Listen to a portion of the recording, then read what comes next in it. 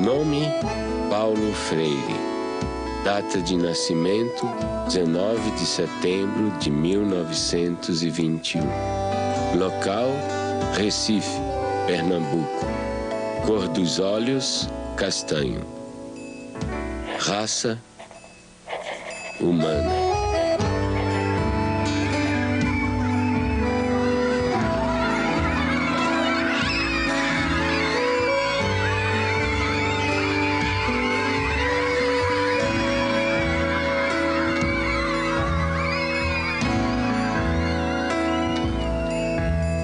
Meu primeiro mundo foi o quintal de casa, com suas mangueiras, cajueiros de fronde, quase ajoelhando-se no chão sombreado.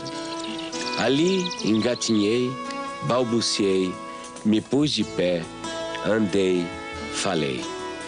Eu fazedor de coisas, eu pensante, eu falante. Durante muito tempo, muita gente me pensou em mim ou falou em mim como se eu fosse um especialista em métodos e técnicas de alfabetização de adultos. Não é que eu ache que ser um especialista em alfabetização de adultos é uma coisa inferior. De jeito nenhum, eu acho uma coisa de uma importância enorme. Mas só que a minha preocupação desde o começo era um pouco mais gulosa do que essa. Quer dizer, o que eu buscava já naquela época, nos anos 50, era uma crítica à educação brasileira. Em Angicos, uma pequena cidade no sertão do Rio Grande do Norte, à beira da antiga estrada de ferro, começaram uma revolução. Sua primeira fase durou apenas 40 horas. O alvorecer de autêntica reforma de base que está repercutindo em todo o Brasil e que possivelmente logo envolverá o país inteiro.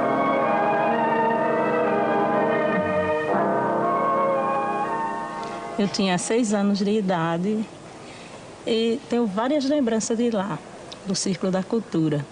Aprendi a ler sentada no colo do meu pai. Isso me fascina. Recordar o passado é viver 2 vezes. Eu sempre soube viver 2 vezes. Ah, é sofrer? Não, é viver 2 vezes. É melhor viver 2 vezes. Olha, pela maioria, eu sempre soube que era viver. Recordar o passado é viver 2 vezes. Recife. Ninguém mais pode ficar indiferente ao problema do analfabetismo em nosso país. As soluções aí estão. Não se pode recusar 40 horas a um homem que tem sede de saber, ou fome da cabeça, como dizem em Angicos, que precisa estudar, que tem esse direito até agora negado à maioria. Se lembra quando nós chegamos à cidade, a esta cidade aqui, para fazer aquele levantamento? Neida era muito pequenininha, tinha 6 anos, nem se lembra ainda, né? Mas eu me lembro alguma coisa. Eu lembro porque passou um jipe com alto-falante anunciando que ia chegar essa escola e as pessoas não acreditavam muito. Eu vi minha mãe dizendo assim para meu pai que queria estudar. Ele disse, isso não chega pra gente, não. Cabia a nós fazer um plano de alfabetização e educação de adultos, visando 100 mil matrículas, uma maneira de mudar a situação. Nós fomos recrutados, participamos de um treinamento e a primeira providência nossa foi nós nos deslocamos para Angicos para fazermos o levantamento do universo vocabular. Então íamos de casa em casa e ao final selecionaram, ele selecionou em Recife as palavras geradoras. No conjunto delas estava contido justamente todos os fonemas da língua portuguesa. Começando do mais simples, por exemplo, em Angicos a primeira palavra geradora foi belota. Então você sabe, belota são 3 sílabas fáceis, mais fáceis, não é? E muito usadas. Então, a partir das palavras, quando nós vencemos todas as sílabas, aí começamos a formar as frases. Olha, a velocidade com que isso ocorre, na primeira aula de alfabetização, quando se vai escrever num caderno, a folha do caderno é insuficiente para escrever 3 sílabas. E o lápis fura a folha do caderno. Naquele momento em que eu comecei a aprender com a classe trabalhadora, o que significava ser uma consciência dependente, uma consciência política dependente. Um ciclo da cultura é o nome que nós demos, Paulo Freire deu, para substituir a classe de alfabetização. Porque na classe de alfabetização permanece aquele sentimento de A sobre B, ou seja, de um professor que dita, um professor que diz, que transmite uma educação bancária, entende? E alguém que recebe. Quando nós chegamos em casa às 10, 8 horas da noite, 7 horas da noite, os meninos estão endiabrados porque não comeram bem, estão sujos, não tem água para tomar banho. Os meninos estão com fome, chateados, cansados, aborrecidos e impertinentes, e nós não podemos deixar de dormir, porque no dia seguinte, às 4 horas da manhã, a fábrica apita para acordar o bairro inteiro. E aí dizia ele: agora, como é que o senhor vai querer que, com uma situação como essa, a gente tenha o diálogo que o senhor quer? E o morto, quer dizer, o homem fez naquela noite uma análise de classe que eu não tinha sido capaz de fazer. Noite após noite, 1 hora por dia, aula. E é o voto. Quem vende o voto não pode mais reclamar trabalho. Quem vende o voto é a massa. O povo vota com consciência. A política, né, na época, havia muita pressão, né, aos movimentos sociais e nós estávamos em pleno trabalho de alfabetização em 64, quando houve o golpe. E quem estivesse naquela escola estudando, quando viesse, aí pegava aquele povo todinho e levava, prendia. Sim, aí todo mundo ficou com medo, né? Eu sei que papai chegou em casa e disse: olha, minha filha, mamãe, você ajuda que for de papel, ajunte papel, lápis, livro e faça um foguinho, bota em cima e toca foguinho tudinho. Desse mesmo jeito eu fiz. A mesma coisa eu fiz. Eu peguei todo o meu material, que eu tinha os slides, tinha tudo. A pena que eu tenho, se lembra daquele projetor, que era um projetor a gás, que eu ficava até não sei que hora da noite bombando, e a lâmpada Coleman, tive que dar fim a tudo, porque eu enterrei no muro da minha casa. Tenho a convicção de que o Brasil seria outro hoje se essa atividade não tivesse sido interrompida brutalmente, pelas razões que foi, ou seja, para inviabilizar exatamente a emergência desses que o projeto político pretendia e conseguiu que continuassem como excluídos. O objetivo foi esse, não foi outro. Não era nada pessoal contra Paulo Freire, contra mim, contra quem participou dessa atividade. E eu sempre me emociono e fico me lembrando, porque aquilo era feito com o coração. Com amor, né? Com amor. Sei votar, aprendi a escrever meu nome. Tive em outras escolas, mas o que mereceu mesmo, que descolou mesmo, que eu me orgulhei em dizer eu não sou mais analfabeto, foi Paulo Freire. Paulo Freire colocou o oprimido na história. Ele deu visibilidade a alguma coisa que estava lá historicamente sendo invisibilizada pela cultura dominante. Então, pondo no palco da história o oprimido, ele estava fazendo um ato revolucionário. A concepção antropológica de Paulo Freire é muito simples. Primeiro, você é um ser curioso. Então, a curiosidade é uma categoria fundamental, principal.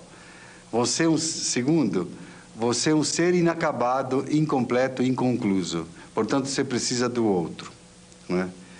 E terceiro, né, se você nasceu como um ser de ligação, conectivo com o mundo, e você comparte com o outro, né, compartilha com o outro o mundo, né? Esse mundo está em transformação, portanto, a antropologia de Paulo Freire está baseada na ideia de que o ser humano está em constante evolução, em constante transformação. Primeiro, se nós somos um ser curioso, a primeira coisa que vamos fazer é ler o mundo. Então, a leitura do mundo é um princípio fundamental da teoria do conhecimento de Paulo Freire. A segunda é a tematização. Pegar aquelas palavras geradoras, aqueles princípios geradores, aquilo que o povo conhece, no caso do método de alfabetização, né? Aquilo que o alfabetizando conhece, e descobrir o que significa. E a terceira é a problematização. Você vê, a problematização é o momento culminante do método freiriano. Então, por isso que Paulo dizia, não quero saber de ser conhecido apenas como alguém que inventou o método, porque exatamente o seu método está ligado à sua teoria de conhecimento e à sua antropologia. Professoras, professores, alunos e alunas, boa tarde. E nós já estamos em nosso horário de começarmos o nosso turno vespertino. Nós teremos as nossas atividades na Sala do Lego, na biblioteca, atividades de agricultura, e com certeza será mais uma tarde de uma construção da nossa aprendizagem. Então, assim, ao iniciarmos a escola, fizemos a proposta aos servidores, aos trabalhadores da educação aqui. Vamos estudar Paulo Freire, vamos compreender a sua proposta de educação, essa perspectiva de humanização, de libertação, de conscientização. Então, assim, a escola não existia e depois veio Paulo Freire. Paulo Freire existia antes em nosso coração, como uma proposta de vida. E, assim, a proposta conosco, depois surgiu um espaço concreto para vivermos a prática dessa teoria. A gente tentando e era difícil mesmo. Como pegar um aluno que vem da roça, passa 2 meses em casa, 1 mês só aqui, e fazer esse menino, né? Aí o jeito foi o quê? Mergulhar nas leituras e aprender com esses teóricos, né? E a base da gente foi Paulo Freire pelo fato de ser uma coisa mais próxima da gente.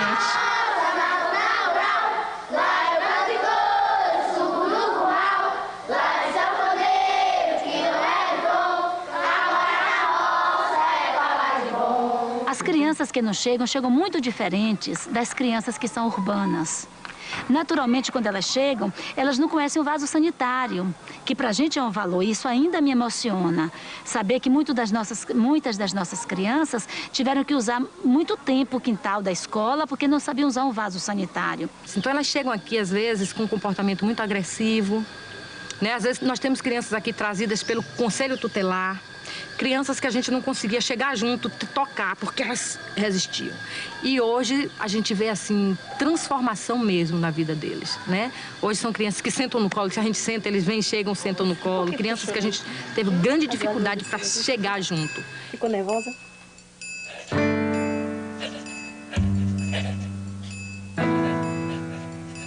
Para mim, o exílio foi profundamente pedagógico.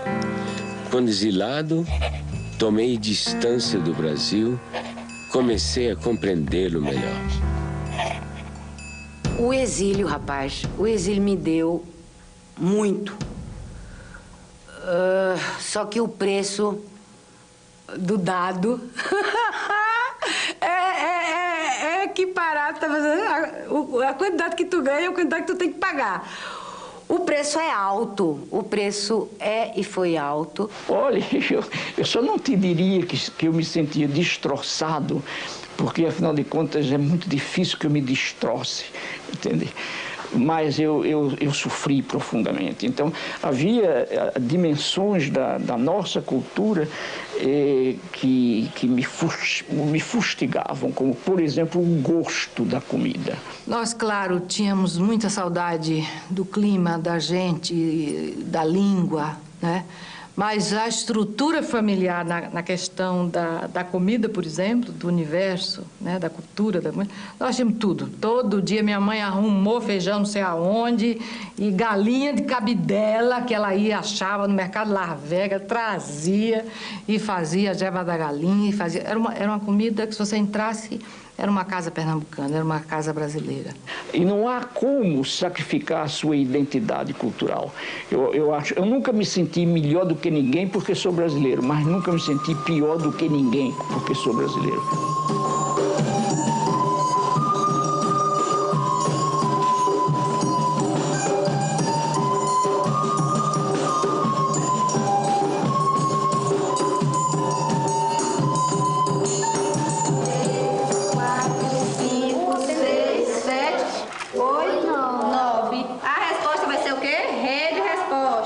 Quantas gudes ele dividiu? 9. Sobrou 9 gudes para cada colega. 9 gudes.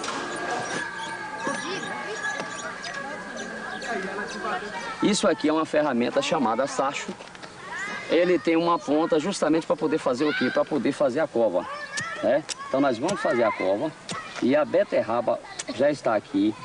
Nessa posição ela não pode entortar a raiz porque senão vai deformar. E aqui nós vamos fazer esse procedimento. Pronto, tá faltando. Coloque aí no local, um pouquinho mais, ó. A raiz ficou um pouco baixa. Ao retornarem para casa, eles levam daqui da escola algumas sementes. Cenoura, beterraba, das hortaliças que eles já cultivam aqui. Lá, eles têm o objetivo de, ao chegarem lá, passarem para os pais o conhecimento que eles acabaram adquirindo aqui ou então que reforçaram já tendo esse tipo de conhecimento. Lá, eles fazem o que fizeram aqui. Alguns já assim vendem, eles chegam falando, ó, a gente ganhou dinheiro, porque eu plantei o coentro, plantei alface, plantei isso aqui. E aí eles vendem isso e ganham dinheiro, né? Aí ensinei a meu pai, a fazer assim como o professor ensinou. E ele sempre ensina, traz a semente da planta, ensina como é que os professores lá ensinam para eles plantar. Eu digo, já aqui nós plantamos diferente. Nós chamei a terra toda. Ele, não, mãe, não é assim. O professor lá ensina para nós fazer arleira, samear a sementinha. Depois, se tiver junto, ele vai, arranca um pouco daquela muda para poder ficar mais embastido. Ele sempre conta tudo. O exercício de tornar-se capaz de ler e escrever exige de quem realmente aprende uma postura de sujeito que cria o seu próprio aprendizado. A comunidade freiriana, para nós, né, é esse conjunto de instituições, pessoas que partilham a identidade do legado de Paulo Freire, né? E o que significa isso? Na verdade, são associações, grupos, instituições que vão se formando no mundo. Por exemplo, Portugal e Espanha. Em Portugal ocorreu o Fórum Paulo Freire em 2004, este ano agora, 2006, né, na Espanha. Enfim, são centros de estudos, né, freirianos, né, pesquisas, espaços de formação educacional. Oi, Luísa Cortesão. Primeiro, quero te agradecer muito pela sua contribuição aí de Portugal nesse documentário. Gostaria que você falasse um pouquinho o que é que vocês estão realizando, a experiência freiriana do Instituto aí. Está a ver, portanto, são debates muito aprofundados e muito fundos sobre questões teóricas que têm que ver com problemas que são sentidos na realidade. Fizemos, o título é Exclusão ou Exclusões, e fizemos, por exemplo, uma análise de problemas de exclusão social, de problemas de exclusão na saúde, de problemas de exclusão na justiça, de problemas de exclusão no trabalho, de problemas de exclusão na educação, e agora esse ciclo vai terminar com uma análise sociológica da problemática da exclusão. O que te levou a fundar uma cátedra Paulo Freire aí na Suécia, num local em que, digamos assim, há tão poucos oprimidos? Aqui em Suécia, depois de los años 70, que a gente conheceu aqui a Paulo Freire, há renascimento de interesse.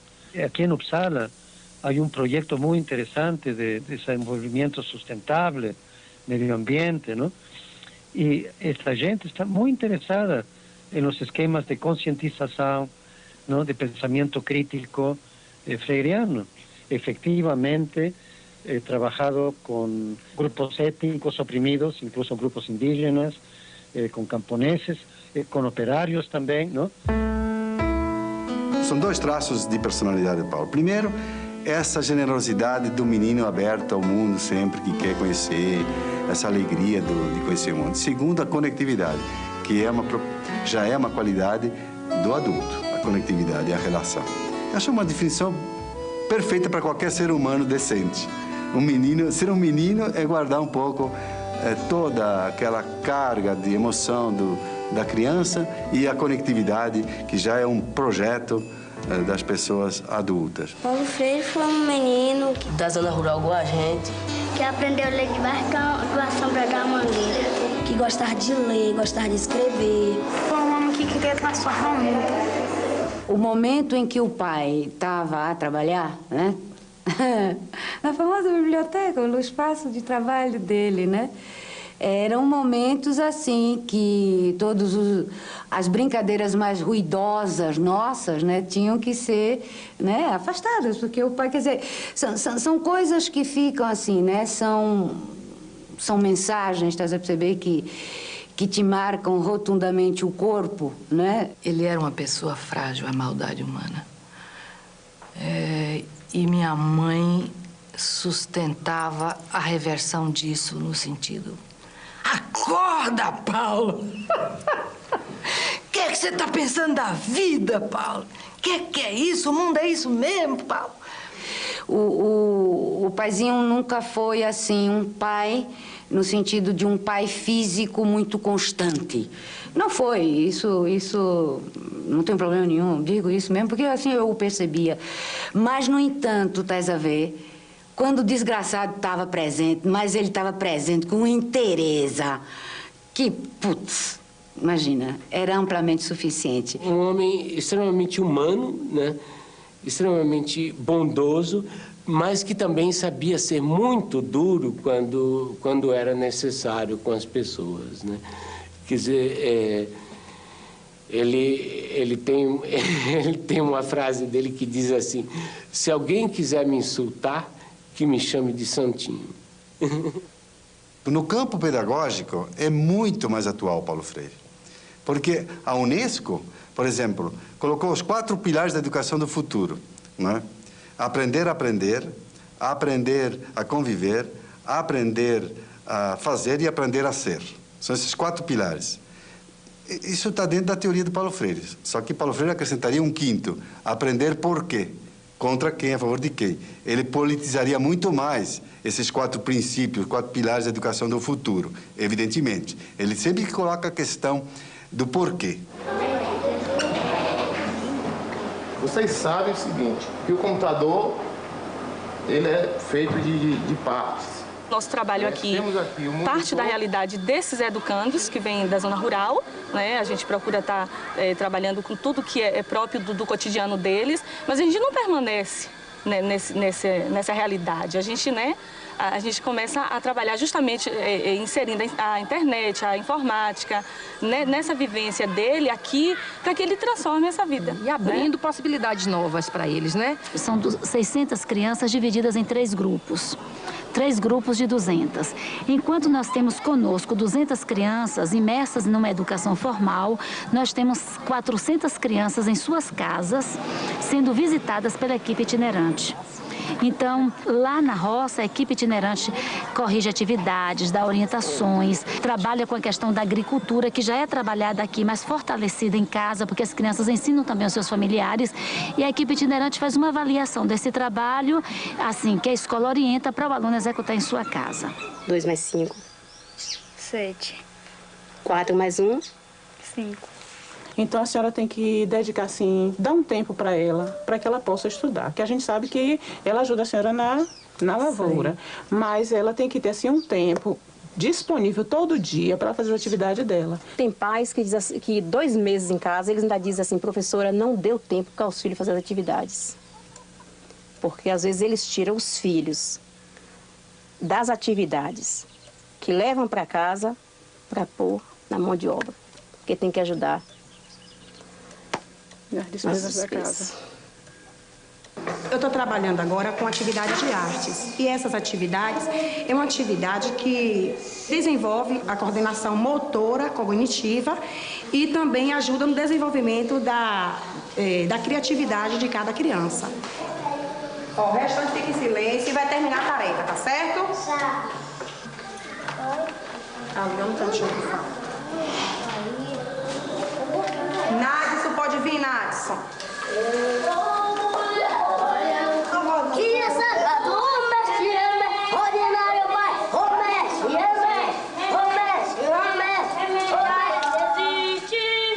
E tomar o banho bem o quê? Passar o sabonete no corpo, atrás, no banho, tira a calcinha e tipo os meninos tiram a cueca. Lave a parte íntima de vocês bem lavada. Fica lá sujinho, Aí vai criando sujeirinha, sujeira, sujeira, e daí cria dó.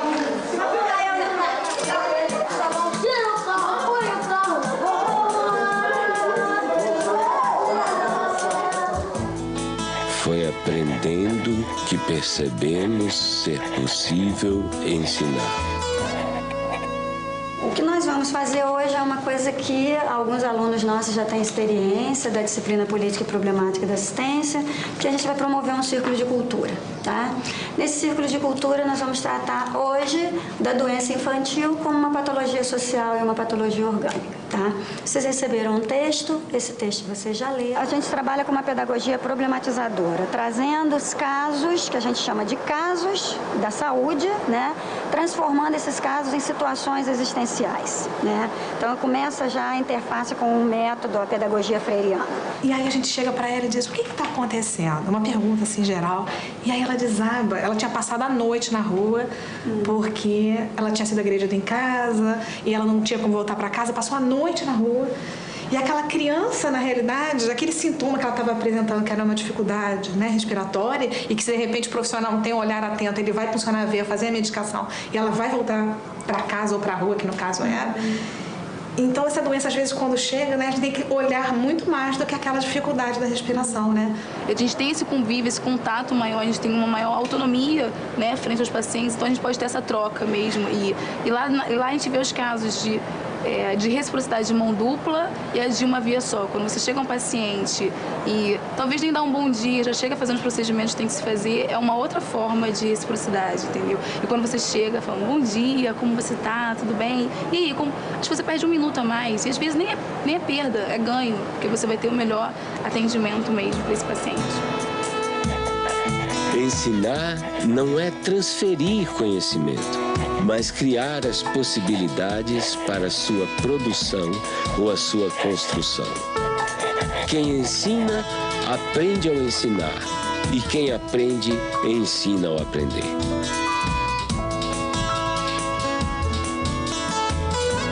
Pedagogia do Oprimido, que é um livro que já estava praticamente pronto em 68, mas que saiu publicado pela primeira vez em 70, e que é o principal livro do Paulo Freire, o mais importante. Há pouco tempo encontrei esse livro, Pedagogia do Oprimido, 15ª edição.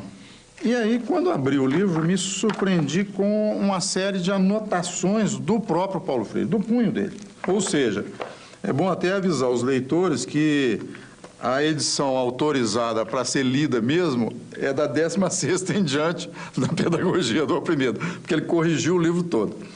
Mas o que é mais interessante, isso contesta, é uma das provas do rigor do Paulo Freire com relação ao pensamento.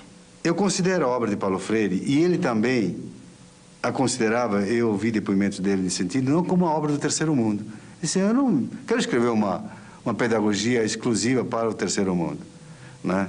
Eu acho que colocar Paulo Freire no terceiro mundo e sectarizá-lo no terceiro mundo significa não querer ver a opressão na sua totalidade que vem do primeiro mundo.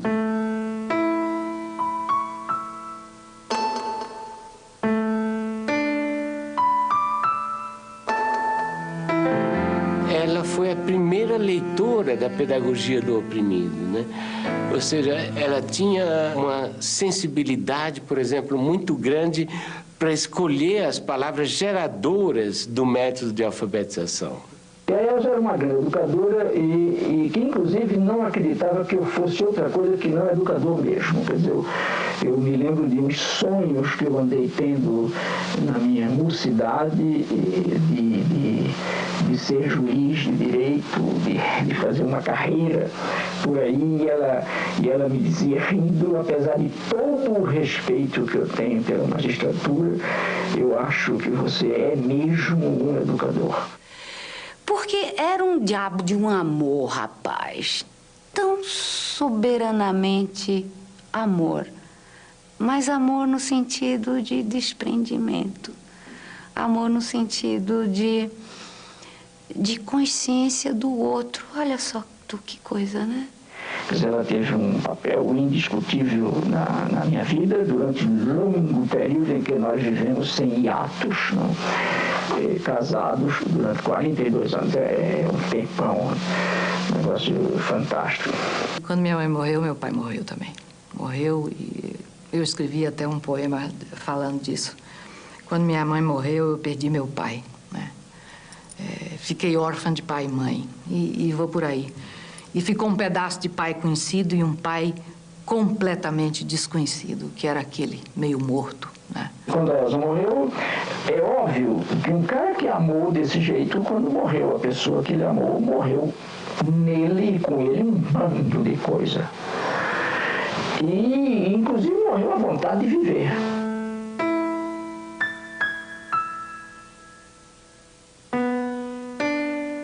Eu encontrei um Paulo maduro, um homem seguro, um homem cortês, extremamente amoroso, criativo e que se oferecia a mim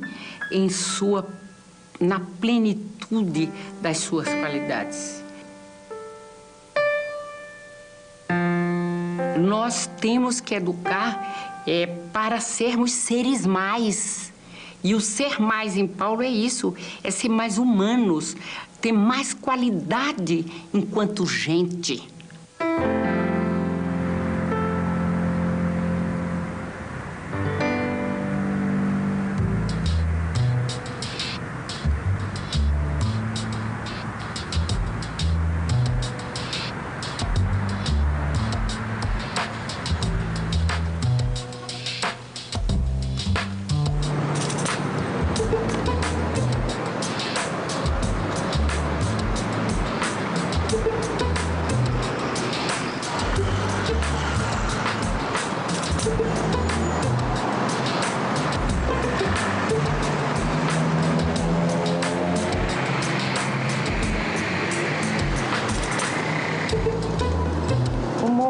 É um movimento de alfabetização, né, que surge junto às camadas populares, buscando uma nova maneira e uma nova perspectiva de alfabetização, né, vinculada principalmente a esse pensamento e essa filosofia freiriana.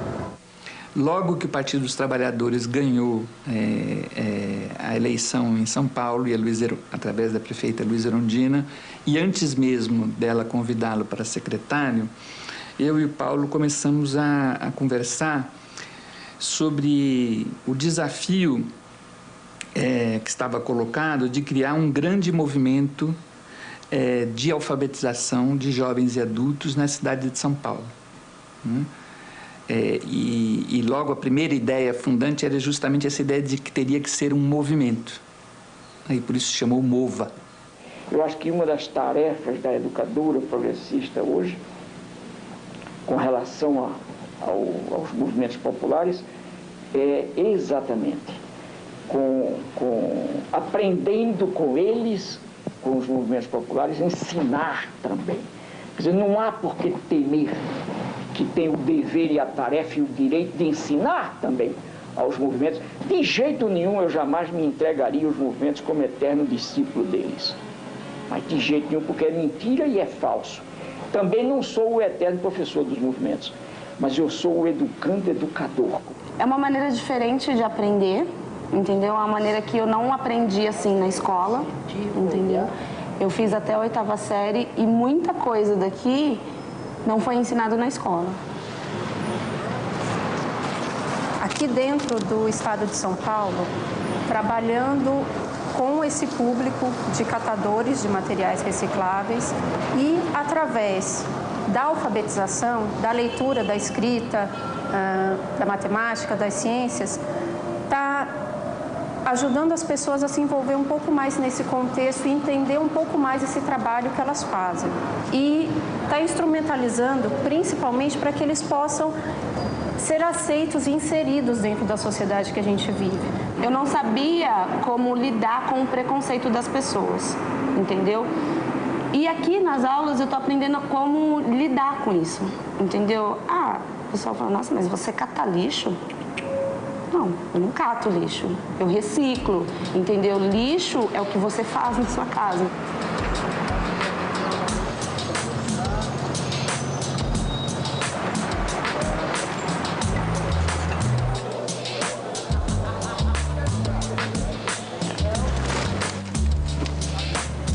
Eu estou aprendendo mais a me comunicar mais com as pessoas, né? Que é um pouquinho fechado e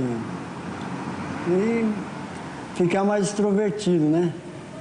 Por causa da maneira que a gente aprende, né? Não é uma coisa assim que a gente chega na escola e não sabe o que vai fazer.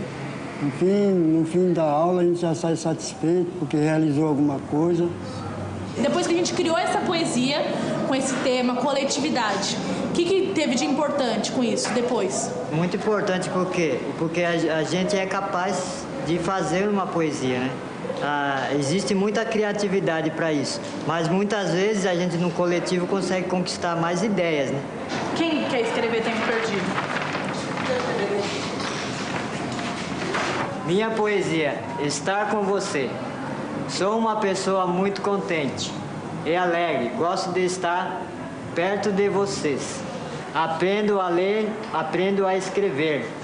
Meu nome é Ailton, sou pobre de dinheiro, mas sou rico de saúde. Sobre as águas do mar e a luz brilhar ali pela rua passar sem saber o que, me sentindo tão só, sinto que é amor, sigo o amor, amando-te assim.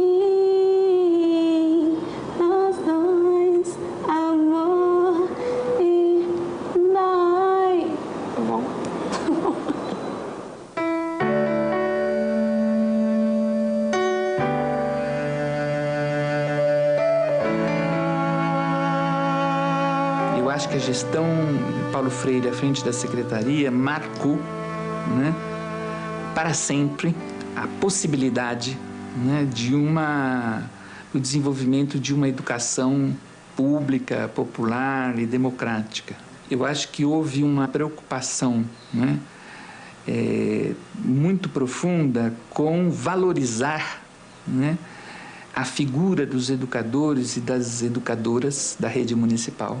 E aqui é preciso fazer um parênteses para dizer que eram considerados educadores e educadoras não só os professores, mas todas as pessoas que constituíam, né, o espaço da escola, a merendeira, o zelador, os funcionários, né? Eu sou um intelectual que não tem medo de ser amoroso.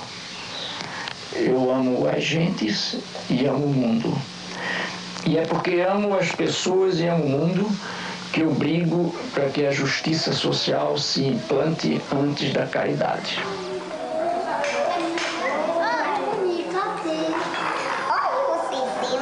Ninguém começa lendo a palavra, porque antes da palavra, o que a gente tem para ler, à disposição da gente, é o mundo.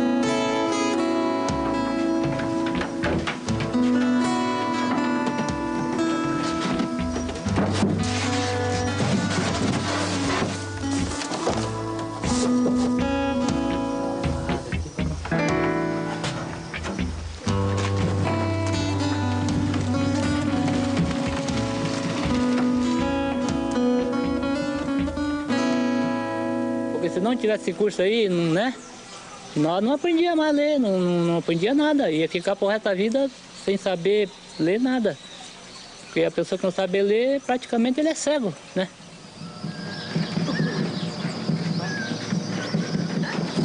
Vamos, peixe.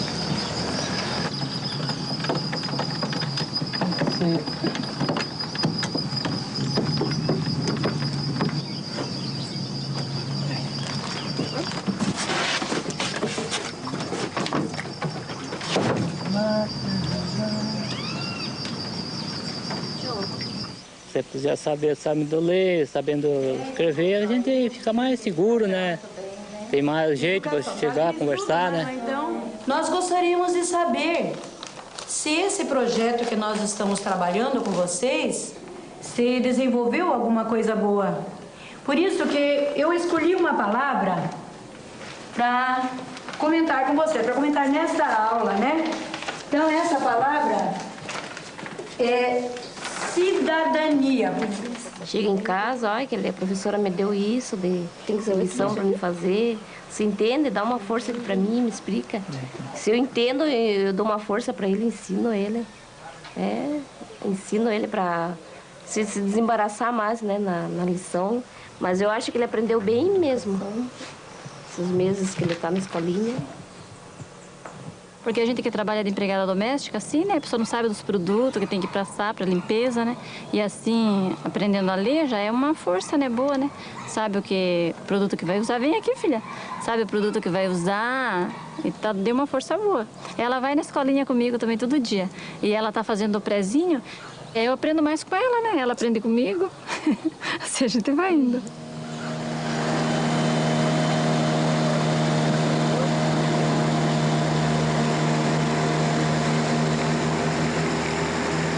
Comecei a dar aula para eles, eu pensei que eu não fosse conseguir, né? Eu pensei que eu não fosse conseguir devido à dificuldade deles, porque eles chegaram para mim cruz, né? Não sabiam nada.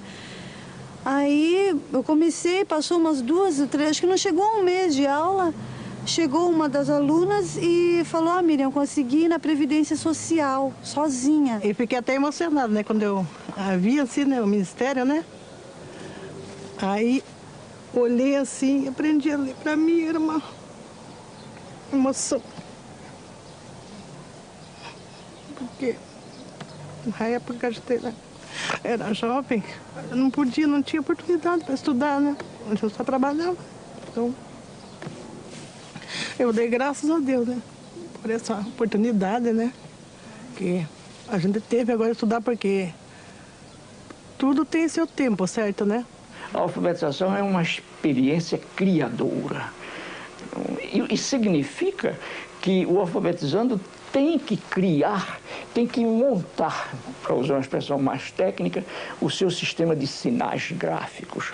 Quer dizer, ele tem que ser, no fundo, o arquiteto desta produção ou desta criação, obviamente ajudado, ele ou ela, ajudado pela educadora ou pelo educador. Para mim, deu muito serventia, né? Porque eu tinha problema de falta de letra. Para me escrever, eu comia muitas R, eu trocava assim, sabe? Agora não. Já estou bem melhor, graças a Deus. Quando eu vou no banco sacar dinheiro, qualquer coisa que eu vou fazer no banco assim, eu já não vou com aquele medo que eu tinha, sabe? Então eu já vou ciente do que eu estou fazendo, né? Nosso Vale do Ribeira aqui, o Iguape, o que se faz mais necessário para nós aqui dessas coisas ou de mais alguma coisa que você não falar? Em primeiro lugar, estudo, né?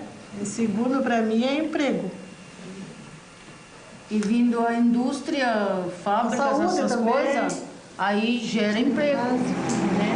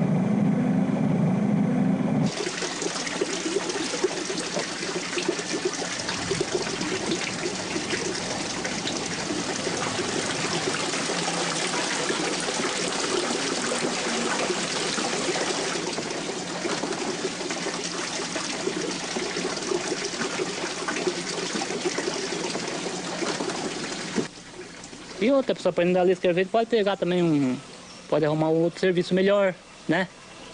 Tem tudo isso, então eu estou estudando e graças a Deus estou aprendendo. Vamos ver se chegou lá, né? A família é o maior bem que a gente tem.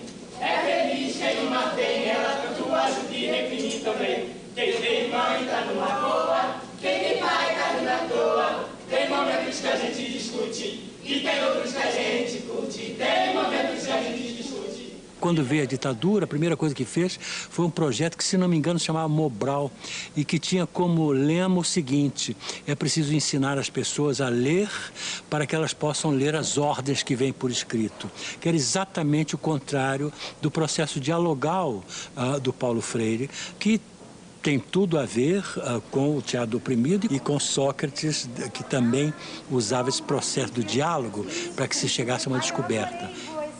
Agora, para que você atinja o conhecimento, não basta ter a informação. É necessário juntar a informação que você recebe com aquelas que você já tinha e daí poder concluir com uma decisão ética, com uma ação ética, não é? São esses os momentos do conhecimento real. E o ensinar, se a gente não recebe daquele a quem ensina nada, nós vamos estar pondo na cabeça dele algumas informações que podem ser verdadeiras, mas que não vão servir para nada, e na nossa cabeça nós vamos apenas estar despejando alguma coisa que temos sem nada receber em troca.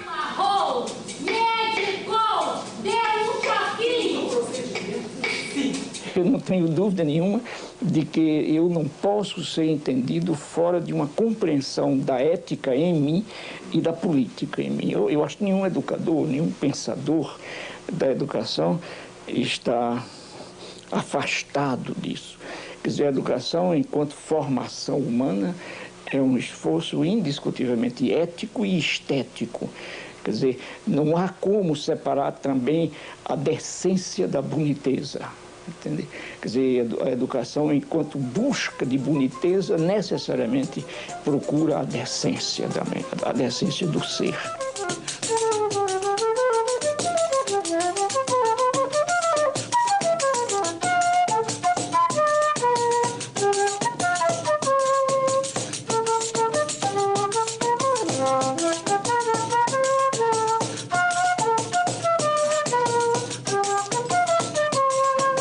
Os instrumentos, eles são um meio de transporte para a música que está dentro de cada um de nós, né? E a gente tem que desenvolver, é importantíssimo que o aluno primeiro, ele desenvolva essa noção dos sons mais agudos, dos sons mais graves, da percepção dos sons, antes de entender a música no papel.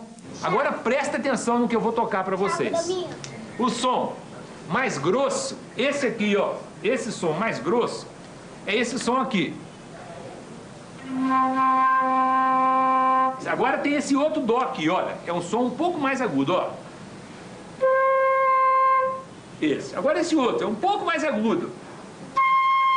E esse último é muito fininho, parece um passarinho ou um bicho que tem um som muito fino, ó. O processo de alfabetização musical, do início da aprendizagem musical das escolas tradicionais, ele trabalha da forma contrária. E aquilo que me motivou a desenvolver esse trabalho a partir da perspectiva freiriana. Então, o aluno, ele levanta, digamos, a nota Dó, né? Dó, Ré, Mi, Fá. E o TEDEM diferencia essa forma de aprendizado porque fica em destaque, não é? Fica o espaço vazio do som do som que você está querendo produzir, reproduzir, não é?